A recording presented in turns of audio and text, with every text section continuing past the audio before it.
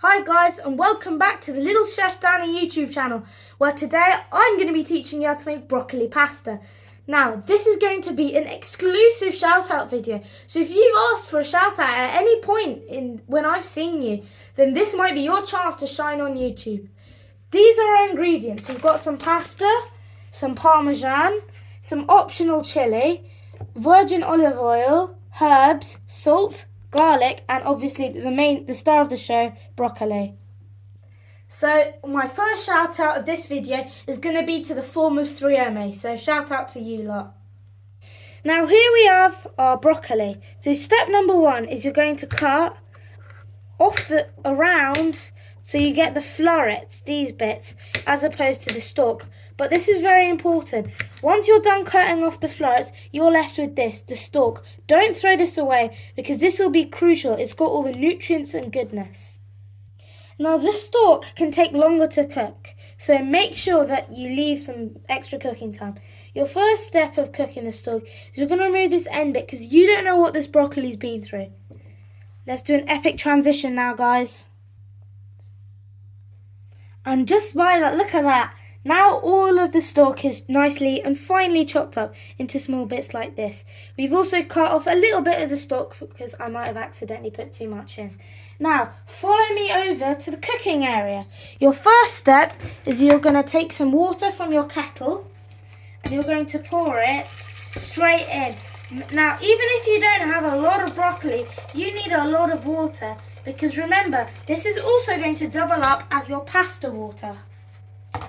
Now, next step, you're going to take your lovely salt and you're going to pour it into your hand because you can always add but you can't take away. Just toss it in there. Now, the water's bringing up to a boil. You use the back of your knife, not the sharp end.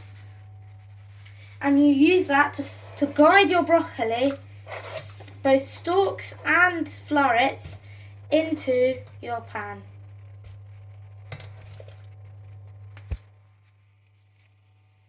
Now our broccoli here might take just about 10 minutes to cook, okay? 10 minutes or less, slightly less, if you've got it up on a high induction level. Now our next step is to return over here and start cutting up our garlic. Now, I've just beautifully cut up our garlic here, and our next step is we're going to take some of this extra virgin olive oil. Remember, extra virgin olive oil is best.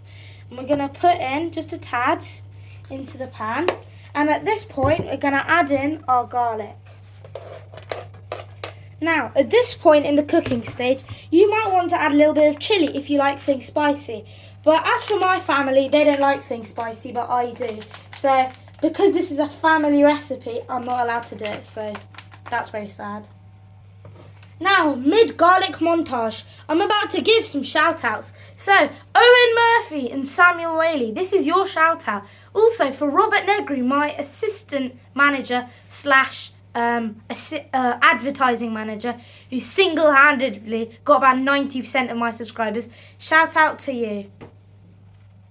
Now, as you can see here with the garlic, you can see a little bit of browning action happening. Now this indicates that it's starting to cook. This broccoli also seems like it's cooked. So you're going to get a ladle, advisably with some holes in it, and you're just going to begin transferring the broccoli into the garlic.